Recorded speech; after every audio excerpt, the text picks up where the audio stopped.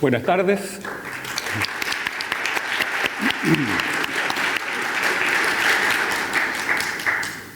Fue realmente una alegría leer este libro, un gusto, así que lo presento con el mayor entusiasmo y mi pedida final va a ser que todos ustedes lo lean, realmente vale la pena, un gran libro. Tiene múltiples dimensiones, uno no sabe si es biografía, si es reflexión filosófica, si es cuento, si es ensayo, y la verdad es que es todo eso. Y todo eso integrado de una manera, además, que es sumamente entretenida. Un gran libro en ese sentido. Ahora voy a compartir con ustedes, cada lector, el libro. Eric ya lo tiró al mundo y el libro tendrá que defenderse solo y cada uno lo lee como lo leyó. Y yo voy a compartir con ustedes lo que a mí me ha llamado particularmente la atención. Y son básicamente 4 cosas. Entonces, 1, la obsesión. Segundo, el entorno y la locura. Tercero, matemática. Y cuarto, Babel. En cuanto a la obsesión, este realmente es un libro, visto como lo he leído, es un libro sobre una obsesión. Y no le hago demasiada justicia si digo que es sobre una obsesión, porque esto no es un paper, no es un documento técnico, aséptico, distante, analítico, sino que es literatura.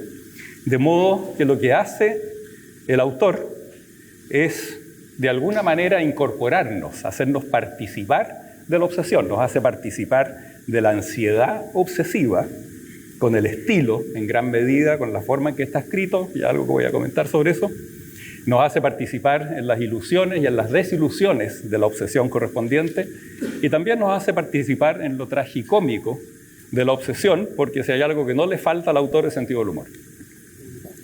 Entonces, el libro irradia la idea de la obsesión en la forma en que está escrito, en la forma en que contextualiza lo matemático, en la forma en que presenta lo matemático, en la forma en que presenta la vida de Gödel y en la forma en que presenta la vida de Goles.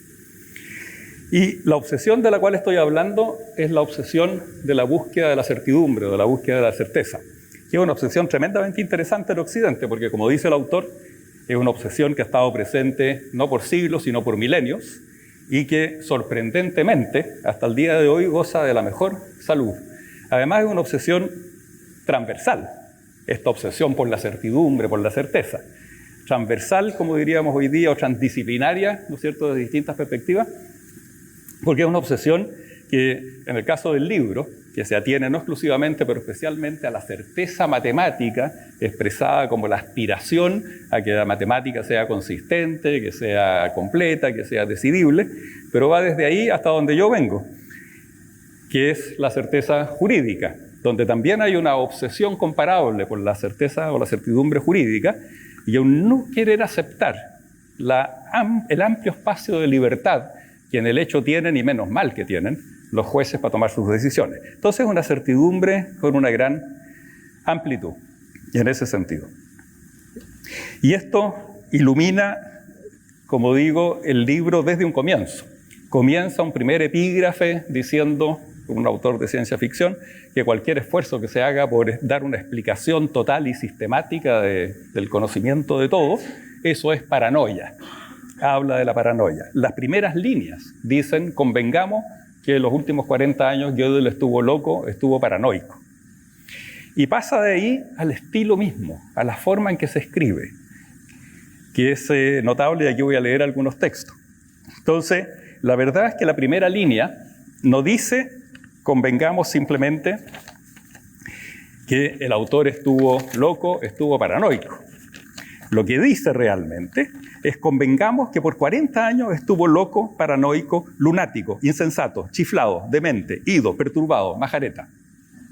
Entonces viene este delirio de sinónimos que a uno lo envuelve, lo verán ustedes cuando lean el libro, y va entrando en la ansiedad que acompaña al narrador que está describiendo lo que acontece. Más adelante, el mismo narrador justifica a Gödel en cuanto él ha cortado la calefacción viviendo en Princeton, ¿no es cierto?, donde hace mucho frío en invierno, y sin embargo cortó la calefacción, y el narrador lo justifica y explica que en realidad hay unos gases que salen de la calefacción que pueden ser peligrosos. Pero no lo dice así nomás. Dice el narrador: particular atención debe tenerse con el trifluorometano, el tetrafluorometano, el clorodifluorometano, el diclorodifluorometano, el octofluorciclobutano. Otra vez el delirio de los sinónimos y la ansiedad de las primeras páginas. Y como si eso fuera poco, después aparece otro gran paranoico de la obra, que es el editor, que siempre protesta, ¿no es cierto?, y reclama desde el pie de su página, y en este caso no se le va una. Y en este caso nota, ¿no es cierto?, que se le quedó un gas afuera al narrador. Y entonces dice: es curioso que el autor no se refiera al monóxido de carbono. Entonces, ese es el ambiente en que uno, en la segunda página ya está ahí ya. Y como si eso fuera poco, ¿no es cierto?, el número de la página es notable, de las páginas en general. Entonces, por ejemplo, la página 1 no es 1. La página 1 es la 114/82 y 368. Y por supuesto que respecto de eso, el editor está lleno de comentarios. Entonces, esta arquitectura es extraordinaria. Logra, en este aspecto en términos humorísticos, en otro aspecto más grave, logra el autor integrar extraordinariamente bien el fondo con la forma, para no solamente hacer una descripción acerca de la obsesión, sino para incorporar al lector en la vivencia de lo que puede significar esa ansiedad, esas ilusiones y esas desilusiones que van a seguir después. Enseguida, en cuanto al entorno y la locura que yo decía. Tanto el autor como Gödel, el narrador lo describe, viven uno en Chile del año 73 del golpe, y Gödel en Viena de los años 20, con el crecimiento, el aumento y presencia de los nazis, una descomposición de la convivencia feroz, con lo que eso significa no solo en protesta, sino que en amenaza, en violencia, una verdadera pérdida de la civilización. Y frente a eso, es interesante dos reacciones que quiero destacar y que para el narrador se las atribuye tanto a Gödel como al autor, o a sí mismo, digamos, el narrador. Entonces, una de ellas es que rebalsa la misma lógica y los mismos quiebres de la lógica que se atribuyen al pensamiento empiezan a rebalsar hacia la vida. Y aquí nuevamente les leo algunos textos para que se entienda lo que estoy diciendo, básicamente. Entonces, lo que dice, por ejemplo, el narrador: concluí que el sistema de postulados y axiomas que había sustentado la República de Chile estaba totalmente desquiciado. Cualquier cosa era posible. Con lo cual está recordando que cualquier cosa es afirmable en un sistema que sea inconsistente. Después dice: durante este periodo de gases venenosos, sirenas, quebrazones, barricadas, tomas y retomas, muchas veces recordé el colapso de los sistemas axiomáticos. Y atribuye expresiones comparables a Gödel en su momento. Entonces, lo primero que empieza a pasar en relación con el entorno es que se empieza a borrar la frontera entre los riesgos de la vida que uno vive y los riesgos de las construcciones intelectuales, ¿no es cierto?, que uno configura. Y comienza a producirse una unidad que lleva después a la segunda observación que quería hacer en cuanto al entorno y la locura, que es, si no una desconexión con esa realidad que asusta y preocupa, al menos una aspiración a la desconexión. Y ahí les leo también algunos de las referencias que hace el autor, en que, bueno, no lo encuentro en este minuto, pero básicamente lo que dice, especialmente el narrador, que es muy interesante, dice que en el momento mismo en que fue el bombardeo de la Moneda, en el caso de 1973 en Chile, él hubiera querido tener la capacidad intelectual del profesor Gödel para poder refugiarse en el fondo de la lógica. Entonces, no es que haya querido tener la capacidad mental del profesor Gödel para responder a las preguntas propias del asombro aristotélico por las cosas, o para responder simplemente a su inquisitividad científica. No, era para refugiarse en el fondo de la lógica frente a lo que estaba pasando en el entorno.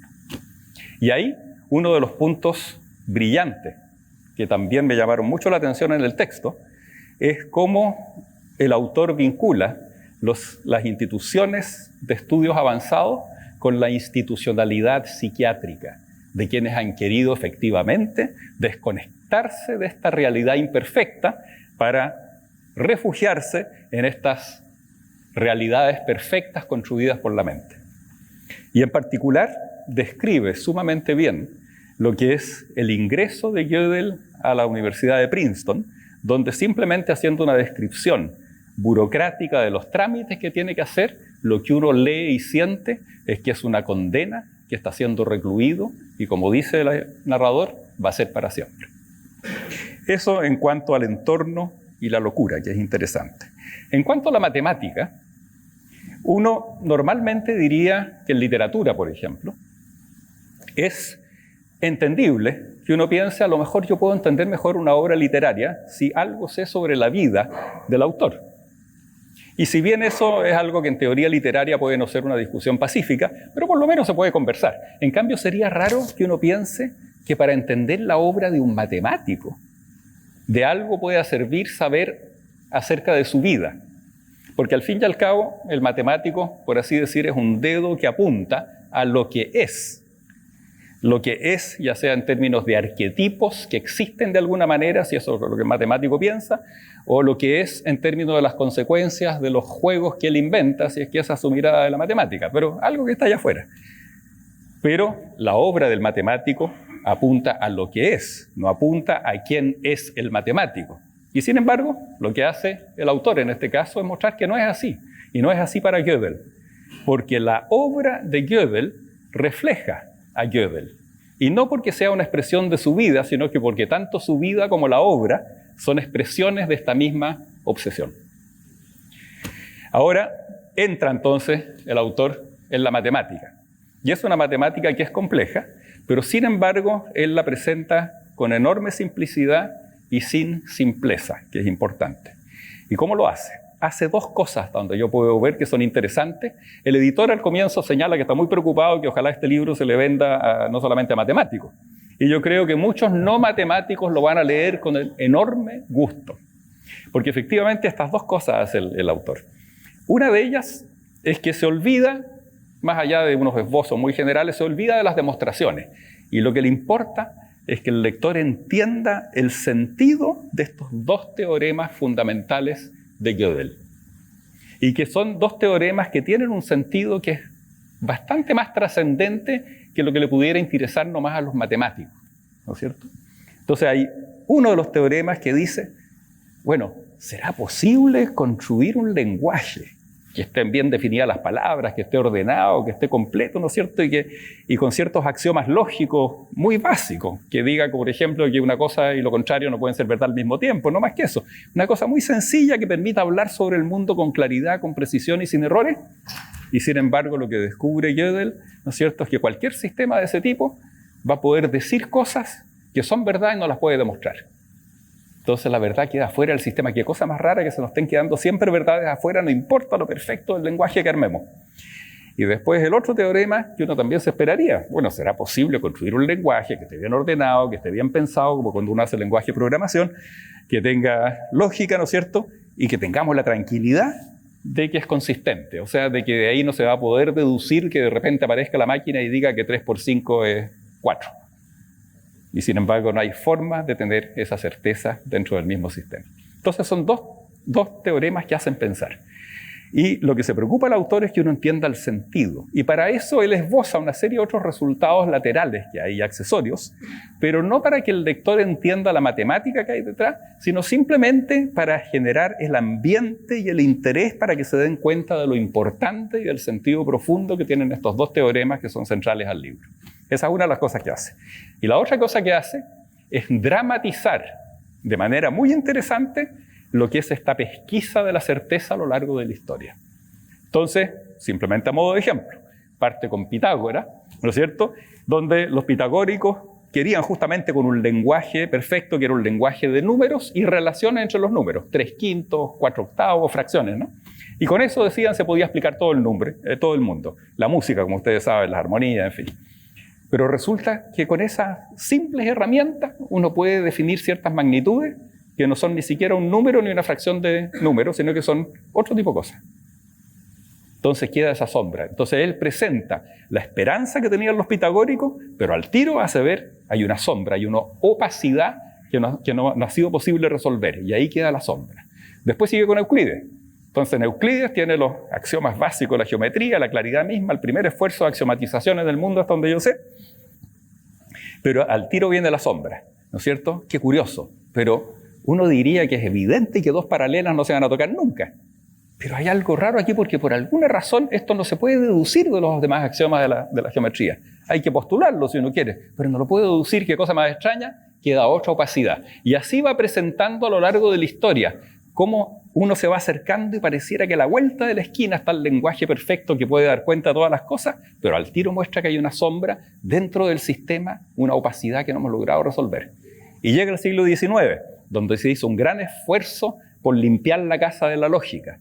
Y también cuenta, por ejemplo, ¿no es cierto?, como un gran pensador ahí, como fue Frege, hace un esfuerzo con el lenguaje para que tengamos ese lenguaje perfecto del que estoy hablando, pero al tiro viene la sombra por parte de Bertrand Russell, que le hace notar que dentro de su propio lenguaje hay ciertas cosas que no tienen solución y ciertas contradicciones que se generan, con lo cual deprime a Frege. Russell gana tiempo después con una teoría de tipos en que logra resolver parcialmente este asunto, y después también aparece este otro matemático que es Hilbert, que entusiasma y desafía a todos los matemáticos de comienzo del siglo XX diciéndole lo que ustedes tienen que resolver es justamente esto y lo van a lograr, que es la consistencia, la completitud y la decibilidad de la matemática. Y todos están pensando que esto está a la vuelta de la esquina, como estaban pensando desde los tiempos de Pitágoras. ¿Sí? Y entonces viene el aporte de Gödel, en que todo esto se viene definitivamente abajo y él demuestra que es una pesquisa imposible. Entonces, esa dramatización también permite que el lector no matemático aprecie la importancia de lo que está aconteciendo. Se ve en lo primero que él hace el sentido de los dos teoremas y en lo segundo el drama que concluye con esos dos teoremas. Eso en cuanto a la matemática. De modo que sí lo pueden leer y con mucho gusto los no matemáticos. Y en cuanto a Babel, que ya es el título de la obra, me voy a permitir, así me envalentoné con el editor que hacía sus notas a pie de página. Entonces este relator va a poner también una nota a pie de página con una lectura distinta de Babel, más propia quizás de un abogado. Y entonces, aquí simplemente lo que les quiero, van a ser dos citas bíblicas con una lectura un poco distinta. La primera es Babel, Antiguo Testamento, libro del Génesis, y con eso voy a concluir. Todo el mundo era de un mismo lenguaje e idénticas palabras. Un mundo y palabras idénticas con un significado unívoco. Vamos a edificarnos entonces una ciudad, una polis, y una torre con la cúspide en los cielos. Bajó Yahvé y dijo, he aquí que son todos un mismo pueblo con un mismo lenguaje, pues bajemos y confundamos su lenguaje, de modo que no entienda cada cual el de su prójimo. Dejaron de construir la ciudad y la torre, y desde aquel punto los desperdigó por toda la faz de la tierra. O sea, lo que aquí pasó es que el hombre tenía un lenguaje único, universal, perfecto, con un significado unívoco para cada una de sus palabras, y por eso el destino, Yahvé, destruyó ese entendimiento y desperdigó a los hombres por la faz de la tierra para que ya no se comprendieran. Pasan los siglos de los siglos, y llegamos a los hechos de los apóstoles. ¿Qué es lo que pasa cuando es crucificado, ¿no es cierto?, Cristo, y los apóstoles están encerrados en una caverna, asustados? ¿Cómo vamos a salir a hablarle y a unir a los feligreses para construir la futura comunidad cristiana y la iglesia? ¿Cómo lo vamos a hacer? Nosotros somos pescadores, somos carpinteros, ¿no es cierto? ¿Con qué lenguaje? ¿De a dónde nos va a llegar este lenguaje universal de significados claros para poder hablarles a todos? Pues les llega Les llega ese lenguaje, pero no en la forma de un significado universal con claridad, sino que les llega en la forma de múltiples lenguajes naturales, todos ambiguos, ninguno completo. Y dice básicamente lo siguiente: Pentecostés. Al llegar el día de Pentecostés, estaban todos los apóstoles reunidos en un mismo lugar. De repente se les aparecieron unas lenguas de fuego que se repartieron y se posaron sobre cada uno de ellos. Quedaron todos llenos de Espíritu Santo y se pusieron a hablar otras lenguas. Había en Jerusalén hombres venidos de todas las naciones que hay bajo el cielo. La gente se congregó y se llenó de estupor al oírles hablar cada uno en su propia lengua. Estupefactos y admirados decían: ¿es que no son galileos estos apóstoles que están hablando? Pues ¿cómo cada uno de nosotros lo estamos oyendo en nuestra propia lengua nativa? Partos, medos, elamitas, habitantes de Mesopotamia, Judea, Capadocia, Asia, Frigia, forasteros, romanos, judíos, cretenses, árabes, todos le oímos hablar en una sola lengua. Y entonces es así como a través de la multiplicidad de los lenguajes, todos incompletos y todos ambiguos, fue posible unir nuevamente y lograr la comprensión entre los hombres, que es lo que a Gödel le preocupaba que se había perdido cuando él refiere la conspiración de Babel. Se recupera gracias a la multiplicidad de las lenguas y la ambigüedad propia de cada una de ellas, porque son lenguajes naturales. Entonces, en ese sentido, lectura desde el pie de página, quizás la Babel fue un acto de un gran ángel de la guarda que nos cuidó de lo que era una construcción de una ciudad y de una torre sobre la base de la imposición férrea de un lenguaje único, de significados únicos, sabiendo que eventualmente íbamos a lograr tener esta multiplicidad de lenguajes varios, todos ambiguos, que nos dan los espacios de libertad para realmente hacer el bricolage necesario para poder entendernos los unos con los otros. Para terminar, este es un libro extraordinario, los invito a todos a leerlo. Es un libro entretenido, es un libro que lleva a la reflexión, es un libro que engancha, que compromete al lector con la aventura de pensamientos que el autor describe. Muchas gracias. Un aplauso entonces para nuestro querido Rodrigo Valenzuela, que sin duda todo este tejido se entrelaza y toma toda lógica al momento de editarse. Vamos entonces ahora con las opiniones de Aldo Mascareño. ¿Cómo estás, Aldo? Muy bien, tu gracias. visión y análisis. Entiendo que tuviste la suerte de ver el primer borrador del libro. No hace 4 años, pero hace como un año y medio o algo así. Creo que lo leí por ahí más o menos. Sí, muchas gracias por la invitación a Eric a leer esto. Yo quiero partir por lo obvio. La conspiración de Babel de Eric Goles es un libro sobre momentos específicos en la vida del matemático, filósofo austrohúngaro checo Kurt Gödel. Sus estudios y nacionalidad son desde ya indecidibles, como el propio Gödel lo puede teorizar después. De todos modos, como insistentemente lo afirma Eric, Gödel es el lógico más grande después de Aristóteles. Por demostrar que si la matemática es consistente, como la tradición matemática y lógica lo había asumido, entonces hay verdades que son indemostrables. Lo que es contrario a la pretensión de esa tradición matemática o lógica. También este es un libro sobre cómo otro matemático, con pluma literaria, antofagastino de corazón, antes que chileno, diría yo,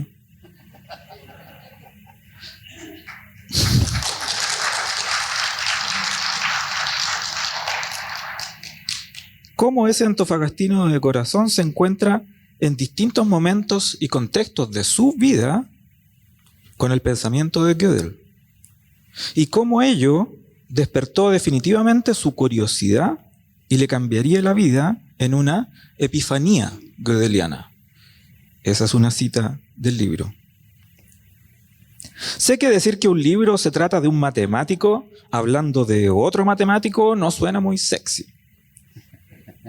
Aunque uno de ellos haya ganado premios nacionales e internacionales y el otro sea el lógico más grande después de Aristóteles. Eso incluso puede ser peor. Pero aquí es donde aflora el Goles literario y el Gödel humano. En su libro, Eric Goles rastrea momentos en distintos niveles, en distintos tiempos y modalidades, como un buen matemático de sistemas complejos sabe hacerlo. Y mientras lo hace, no solo conocemos pasajes específicos en la vida de Gödel, sino que también sabemos de sus principales proezas intelectuales, de cómo hizo ver a la tradición matemática sus propios puntos ciegos, la incompletitud de los sistemas axiomáticos, el vacío que deja su colapso, la presencia fantasmagórica de ese tercero excluido, la posibilidad de un lenguaje universal, aunque incompleto, o la supresión de ese mismo proyecto por la decisión conspirativa de Babel, ese mito, como escribe Goles en Los Andamios, la última parte de su libro, en el que Dios jugó a dividir. Jehová, en el que fue demonio. Pero este no es un libro en el que sistemáticamente se vayan resolviendo, demostrando, como dicen los matemáticos, cada uno de esos puntos. Aquí se nos revela el Goles literario, distinto al científico de los autómatas celulares, al presidente de CONICET, distinto al Goles del programa, querido y recordado programa Enlaces, o al dibujante íntimo, o al pianista incipiente. Aquí estoy confesando demasiado, seguramente. Si tuviera que dar cuenta del libro, si yo tuviera que dar cuenta del libro en una palabra, simplemente no podría. Y esas son ya 2 palabras. El libro es una ficcionalización biográfica novelada, a veces impresionista, a veces infrarreal, delicadamente humorística y eruditamente informativa. No solo de Gödel, sino de Gödel en los oscuros años 30 o 20 europeos, de Goles descubriendo a Gödel en los igualmente oscuros años 70 chilenos, de Gödel y Goles en los pasillos euclidianos de los institutos de investigación científica, de Gödel en la brillantez de sus hallazgos y búsquedas intelectuales, en la luminosidad de su amor con Adele, su mujer, en la performatividad más dramática de la incompletitud, puesta en escena en su suicidio. Ninguna forma en la que yo pueda hablarles de este libro sería cercana a él. Ninguna forma le haría justicia. Porque en algunas partes se lee como relato, en otras como alegoría, en otras como ciencia y en otras como historia. En varios momentos nos sitúa a nosotros mismos experimentando el vértigo del descubrimiento científico y del colapso político. Y en otros nos pone en la posición de observadores de segundo orden del gran teatro de un mundo que en el siglo XX agitó sus destinos desde la fuerza de su incompletitud. Lo que quiero hacer, por tanto, es lo mejor que podría hacer, hablarles de mí, pero tranquilo. ¿Qué es lo que un sociólogo teórico como yo, formado en la más reciente tradición de los sistemas complejos, sociales complejos, autorreferenciales, y que además ha tenido la suerte de trabajar cerca de Eric en los últimos 4 o 5 años, qué es lo que un sociólogo como yo quiere decir cuando dice hablarles de mí? Hablar de mí en este contexto significa presentarles una descripción sociológica de Goles, una descripción sociológica de la descripción de Goles acerca de la descripción de Gödel. Con ello se aumenta un poco la distancia con el objeto que nos interesa, pero se gana una mirada distinta que no está en ninguna parte sino aquí. Se gana un suplemento, se abre, y esta es una enseñanza de Gödel y una enseñanza que nos deja el libro, con ese suplemento se abre una incompletitud que espero les pueda también invitar a leer este libro. Sucede que a medida que yo me iba internando en las texturas narrativo, literarias e histórico-científicas por las que Goles nos hace transitar, me iba dando cuenta que varias de las proezas intelectuales de Gödel, fíjense ustedes, yo las tenía como avances teóricos de la sociología de sistemas autorreferenciales. La palabra clave aquí es Niklas Luhmann, un librito que vi allá afuera. No sé cómo llegó ahí. No digo que yo no supiera de la existencia de Gödel, tampoco digo que la teoría de sistemas haya dicho lo que en realidad Gödel hizo originalmente. De hecho, cuando Niklas Luhmann, este sociólogo alemán, muerto ya hace algún tiempo, pero cuya teoría permanece viva hoy, cuando este sociólogo analiza múltiples problemas sociales, recurrentemente emplea la siguiente expresión: este problema se debe gödelizar. Este problema se debe gödelizar. Con lo que yo ahora entiendo, quiere decir lo siguiente: hay que buscar la incompletitud, hay que buscar ese espacio vacío, ese espacio oscuro de una determinada situación social en la que uno mismo puede eventualmente estar, para ver qué es lo que antes no habíamos visto. Permítame darles un ejemplo de esto, que es a la vez un ejemplo de cómo la teoría sociológica ha incorporado claves gödelianas de las que Eric nos habla en su libro. Claves que refieren a situaciones sociales prácticas en las que cada uno de nosotros todos los días está metido.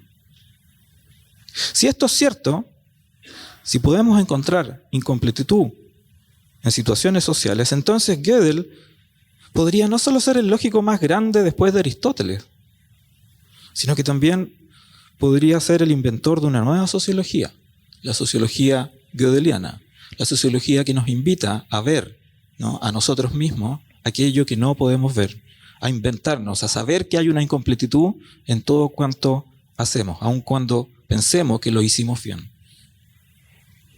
El ejemplo que les quiero dar, es el ejemplo que es cercano a todos nosotros, el ejemplo de la exclusión y de la inclusión social. El concepto de exclusión comenzó a ser utilizado en el marco de la política social francesa en los años 70, para hacer referencia a grupos a los que la política estatal debía poner atención. El objetivo era, fíjense en el formato aristotélico, el objetivo era la inclusión de los excluidos, solo dos valores, es decir, un sentido perfecto, absoluto, completo, sin incompletitud. La distinción, esa misma distinción, ganó popularidad después en los años 90 en el marco de las políticas europeas de la tercera vía. El sentido era el mismo. Había grupos excluidos que había que incluir. Todo muy aristotélico. O se está en un lado o se está en el otro. No hay incompletitud en esa visión de las cosas. En el caso latinoamericano, esa distinción entre inclusión y exclusión aparece también en los años 90. Los excluidos eran los pobres, los habitantes de las favelas, de las poblaciones y barrios miseria, los indígenas, las mujeres y los migrantes refugiados. Uno puede mirar hacia los cerros acá. Por su parte, los incluidos eran los ricos, los habitantes del barrio alto, los blancos educados, los que escriben libros, los que los comentan y los visitantes de Puerto Idea.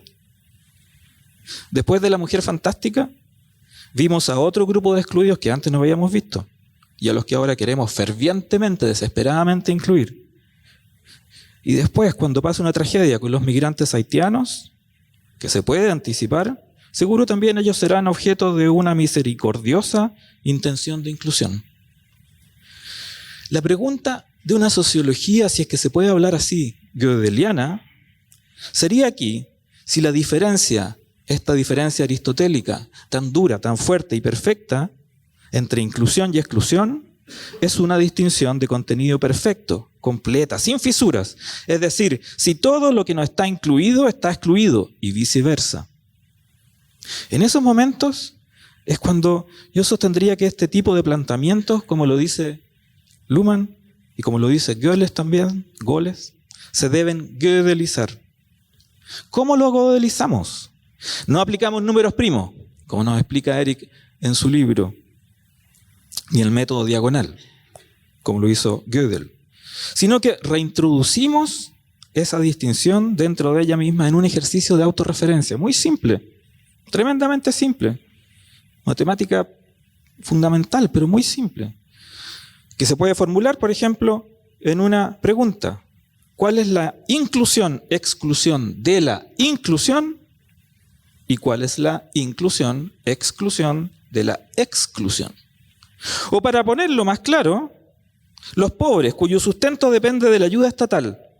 Fíjense, los pobres cuyo sustento que depende de la ayuda estatal, ¿están incluidos, dirían ustedes, o están excluidos? Esos pobres que dependen de la ayuda estatal, que viven de eso, ¿están incluidos o están excluidos? Gödelianamente diríamos lo siguiente: están incluidos en la exclusión. Incluidos porque son objeto de la ayuda estatal, pero excluidos de oportunidades que el sistema público no ofrece y que están disponibles para otros iguales. Entonces están incluidos y excluidos a la vez. Son indecidibles. O si la pregunta es por los habitantes de las favelas, todos diríamos a coro ahora en esta misma sala: están excluidos, por supuesto. Pero si uno vive en una favela, o en los cerros de acá arriba, en la que simplemente no hay Estado de Derecho, ¿creen ustedes que uno se quedaría tranquilo? Por supuesto que no. La sociedad llena su incompletitud. Por ejemplo, en la forma de redes de narcotráfico, a las que se puede servir con silencio cómplice e información, de las cuales se puede obtener rendimientos monetarios y protección. Los habitantes de las favelas o de las poblaciones hacen esto. Están incluidos o están excluidos. Están las dos cosas a la vez, gödelianamente. Excluidos del Estado de Derecho, por cierto, pero incluidos en su equivalente narco. O en todas las redes que les brindan protección, que les brindan todo aquello que nuestra sociedad no les puede brindar. Es decir, están incluidos y excluidos, son indecidibles. Otra forma de hacer sociología gödeliana, que se deriva de este libro de Eric, es incluyendo al tercero excluido, como lo hace Gödel. Aristóteles sostenía que las cosas son o no son. Una tercera posibilidad está fuera, no existe. Cuando Gödel encuentra el indecidible, que está y no está, incluye a ese tercero excluido. Una sociología gödeliana se puede aprovechar bien de esto.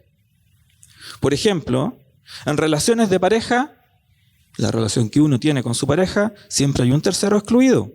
Ese tercero excluido pueden ser los hijos, el gato, el trabajo, el terapeuta, el amante. Y muchas veces esa figura es la condición de estabilidad de la pareja principal. Ejemplos de esto hay desde la Grecia antigua hasta la Antofagasta moderna, seguramente. Y otro ejemplo, nosotros, todos nosotros los que estamos acá, los lectores, somos la inclusión del tercero excluido del libro de Goles. El lector es siempre condición de posibilidad de la relación entre el autor y su objeto. Nada hay completo en este mundo. También Dios era pura completitud. Se aburrió de eso y tuvo que inventar el demonio para gödelizarse. Eso diría al menos una sociología gödeliana inspirada en el libro de Eric. Pero volvamos al libro mejor, para concluir, al Gödel de Goles. Si usted se lleva el libro, entonces se va a llevar 4 libros por el precio de uno. Yo diría que en la conspiración de Babel no hay uno, sino que hay 4 relatos. El relato principal, por supuesto, desde la página 1 a la 213, dividido en 31 secciones. Matemáticos saben, 31, número primo. ¿Qué querrá decir eso? Una de esas secciones le da título al libro, aquella que ya se resumió, aquella en la que Gödel descubre una conspiración arcana para impedir el entendimiento universal.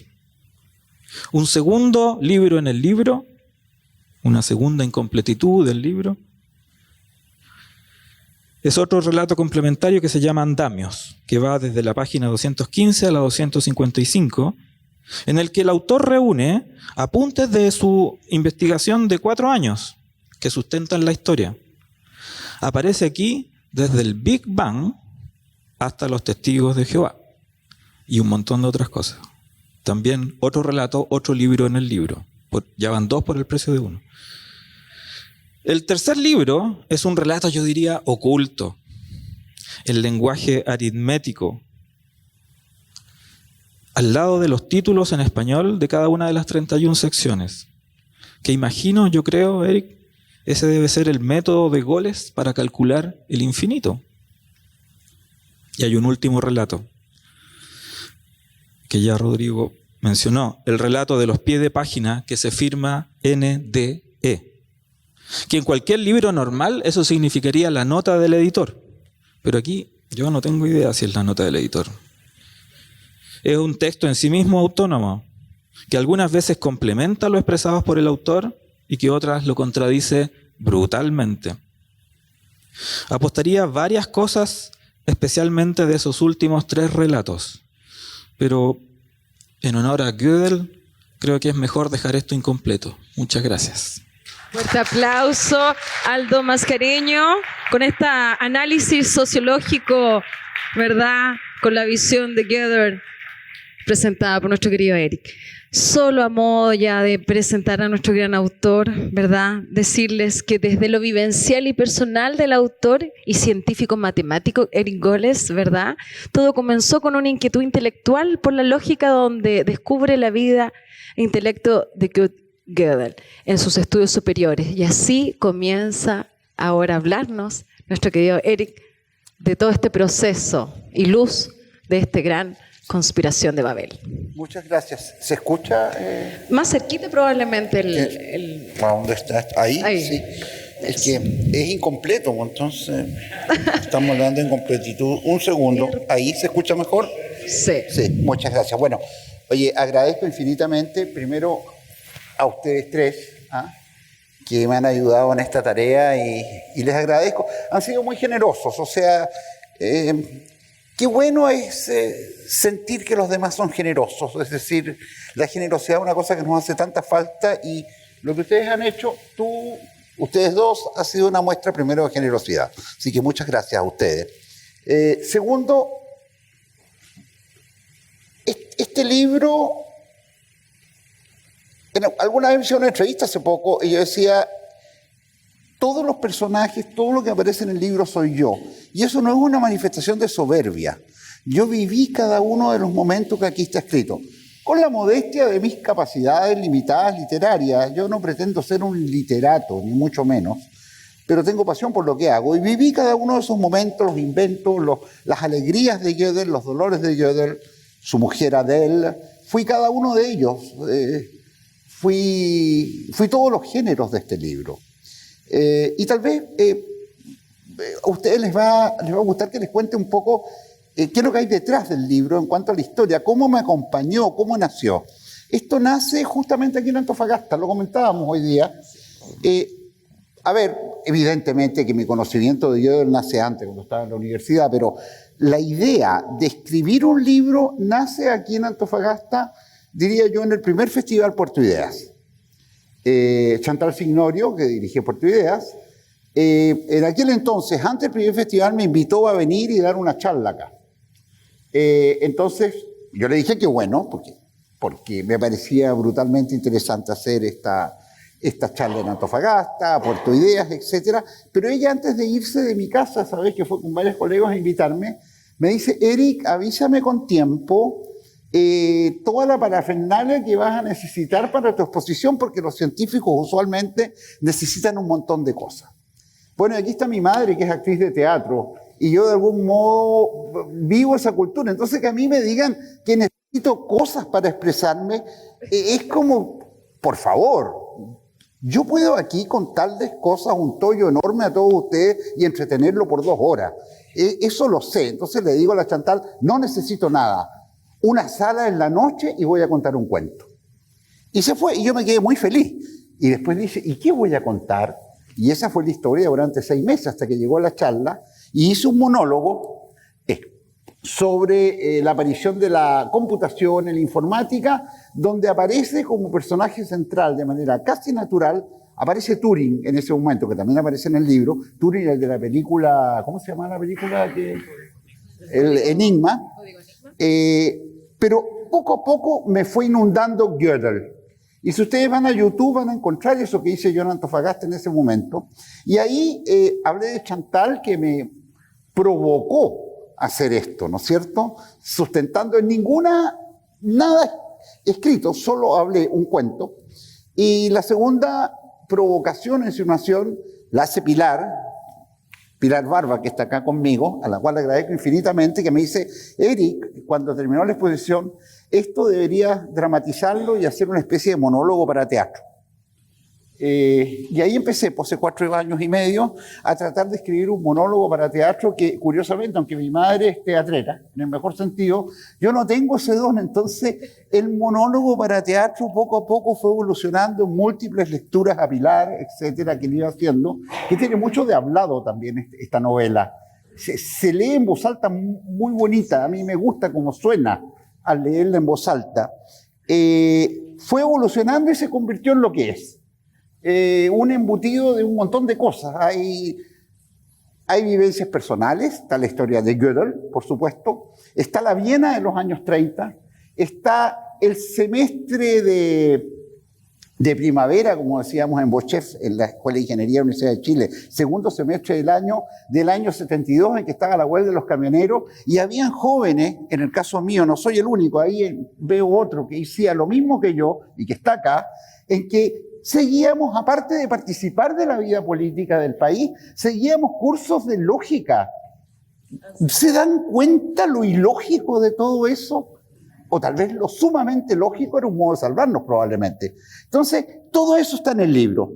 Espero yo de una manera amena, pero yo no trancé para tratar de divulgar conocimiento en el libro. No es un libro de, comillas, divulgación. Es un libro donde me expongo yo mismo, tratando de contar la pasión, las penas y alegrías de personajes tales como Gödel, no es el único.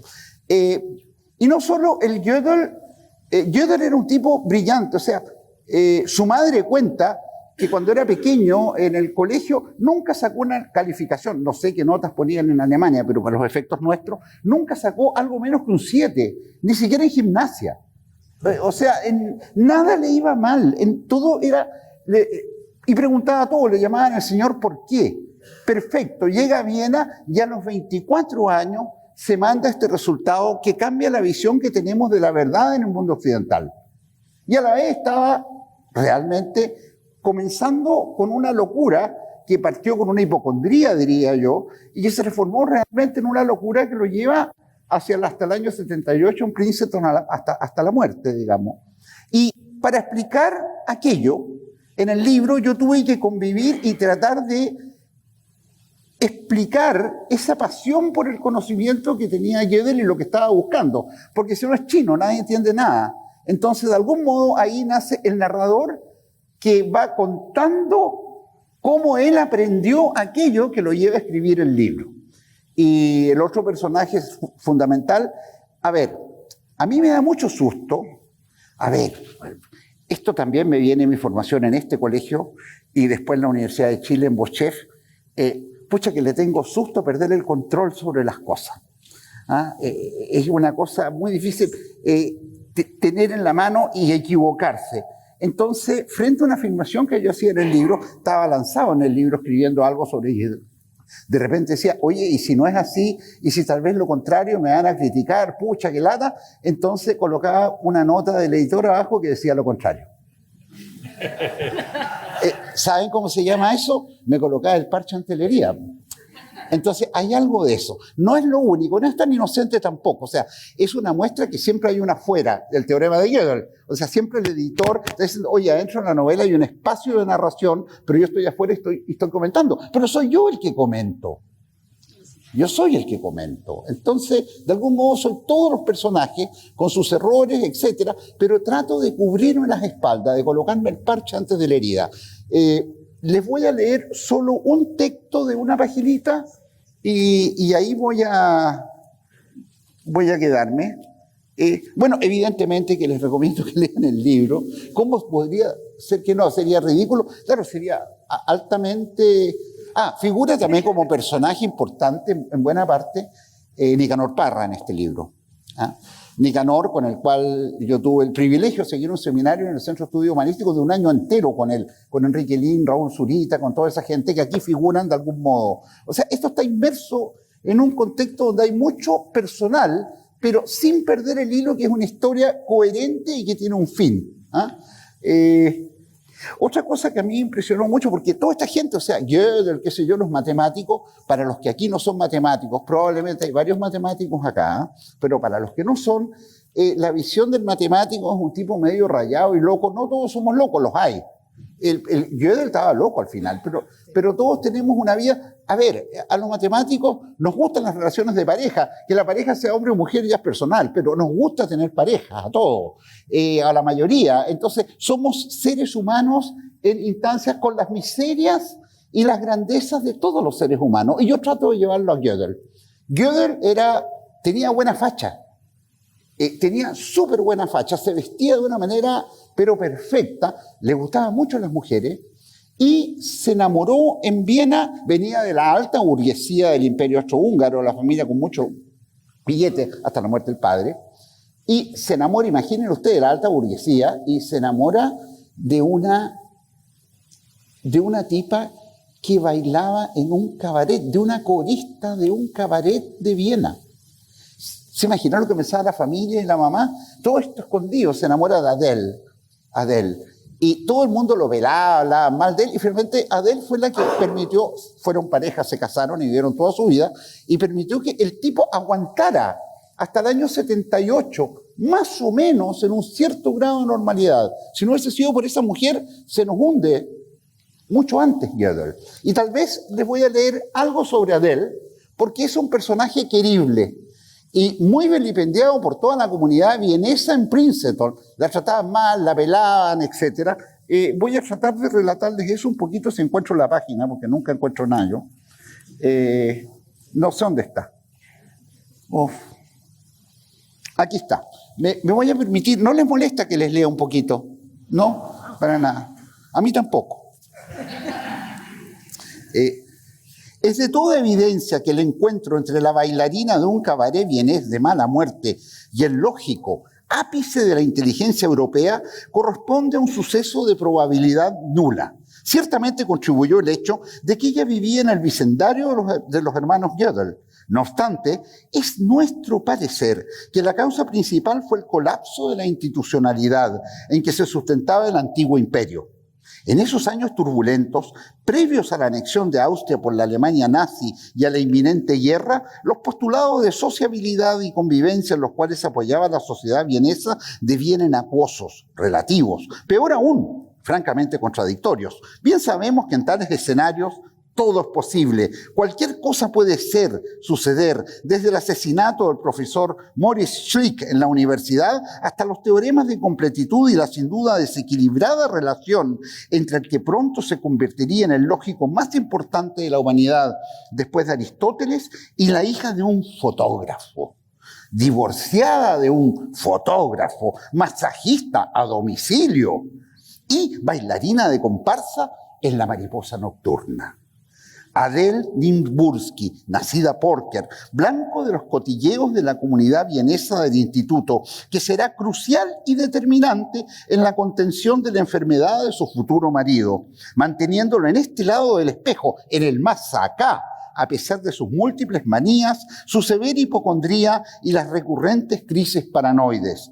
Ordinaria, irascible, mucho mayor que él, comentaban, demasiado grande, gruesa, tosca, no era precisamente una belleza manchada, la cara manchada, hija de un fotógrafo, mujer de un fotógrafo, masajista a domicilio, gritona, deplorable inglés, pésimo gusto, un flamenco de latón y rosado plantado en medio del jardín. Corista, mariposa nocturna, copetinera nocturna, católica, para colmo divorciada, mosquita muerta, 6 años mayor que él, se lamentaba la madre de Gödel. En Viena, por unas pocas coronas, te encamabas con 2 de esas, afirmaba Morgenstern. Nada que ver el uno con el otro. Pura calentura. Se empotó el lógico. La nana de Gödel, enfermera con ventaja. Ni origen, ni clase, ni inteligencia. Nada de nada. Sin embargo, juntos sobrevivieron a los nazis, a la burocracia nacionalsocialista, a la pobreza, a sus respectivas familias, a la guerra, a un viaje alucinante por 3 continentes, a ellos mismos, y ahí estaban contra viento, marea y cotilleos en Linden Lane 145, Princeton, Estados Unidos, para siempre, como un final de cuento. Ese es un pequeño trozo. Para mí Adele es un personaje muy querible. Evidentemente se dan cuenta, era ordinaria comparada con esta ápice de la inteligencia europea. Ella pucha, tenía una vida del día a día, andaba preocupada porque se le corrían las medias. Sin embargo, él la quería, todos lo criticaban, yo estuve con ella hasta el final. Entonces, eso para mí es esencial. Por otra parte, no les voy a leer otra cosa, espero que ustedes lo lean. ¿Qué debo decir de cómo escribí este libro? Tuve el privilegio de tener no es una beca a estas alturas, sino que no sé, un pituto podríamos llamar, un pituto privilegiado. Me invitaron a tener una cátedra en la Universidad de Orleans, en Francia, que eran 3 meses por año durante 4 años, o sea, 12 meses dividido por 4. Y como yo tengo que trabajar en Chile, iba en los meses de verano de acá porque hay menos carga y de invierno europeo. O sea, he pasado los últimos 4 años, enero, febrero y marzo, sistemáticamente en Orleans. Ahora, ahí en Orleans, esta era una fundación de la región, está el río La Loire, están los Châteaux de La Loire, que son como míticos, hermosos. Pues bien, es mi única vez, durante 4 años viví en un castillo de La Loire. Porque los castillos son muy caros, nadie los mantiene, y a esta asociación le dieron uno que lo dividió en 7 departamentos para científicos destacados y me prestaban uno. Por lo tanto, vivía en un Château de La Loire y desde mi ventana todas las mañanas veía el amanecer y el río La Loire. Entonces, idílico. ¿Qué hacía ahí? Todas las mañanas, enero, febrero y marzo, durante 4 años, escribía este libro. Desde las 6:30 de la mañana aproximadamente hasta las 9, 9:30, en pijama, tomando café. Escribía. Posteriormente, bueno, tomaba una ducha, a menudo, y me iba a mi trabajo en la universidad, a trabajar con estudiantes, con colegas, en matemática, y el fin de semana leía, corregía, etc. Finalmente, este libro y estas ideas y estos personajes me acompañaron durante ese proceso. Y este libro, y acá ya estoy cerrando, sería imposible de pensar sin pensar en Pilar, que está ahí. Yo aquí veo re mal, pero me parece que está ahí, a menos que esté equivocado, está allá porque ahí me van a matar, pero la veo acá, ahí está. Sin pensar en Pilar, que me acompañó, me incentivó, y de algún modo, esto es como se lo escribí la otra vez, lo digo muy con confianza porque me siento en mi casa, estoy en mi colegio en el fondo, en mi ciudad. Escribir este libro era como esos gatos que le llevan regalos al amo de repente, le llevan ratones muertos. Yo no, yo leo cosas y escribo cosas para leérselas a Pilar. Este libro es un poco de los dos. En ese sentido, estoy súper agradecido y su aporte fue fundamental. No solo por el cariño y la paciencia, sino que también por los aportes técnicos que me ayudó a leer. También hubo muchas personas que me ayudaron, en particular Aldo hizo una lectura hace 2 años aproximadamente, que me ayudó harto, sobre todo incluyendo a Michel Foucault, La cosa de la locura. Después, tú mismo, que lo miraste ya en último momento, me aportaste bastante, desgraciadamente fui muy al último, y hay varias personas más. Entonces, a todos ellos me ayudaron a ser mucho más del que usualmente soy. Y les tengo que contar que ahora que este libro ha terminado, que ya perdí el control, que es una de las cosas que a mí me aterra, que ya está por ahí, que me van a criticar, decir, pucha, Gole debería haberse dedicado a las matemáticas, y lo otro decir, pero si nunca ha sido matemático, siempre ha sido más o menos nomás. Entonces, uno termina en el mundo sin ser ni chicha ni limonada, pero pucha que gocé la escritura de este libro y pucha que me ha hecho crecer. Uno finalmente, ¿saben por qué escriben? Lo dijo García Márquez. Finalmente escribo, bueno, ya lo dije con respecto a Pilar, pero con respecto a toda la gente, para que uno lo quieran, para que lo quieran un poquito más. Muchas gracias. ¡Bravo!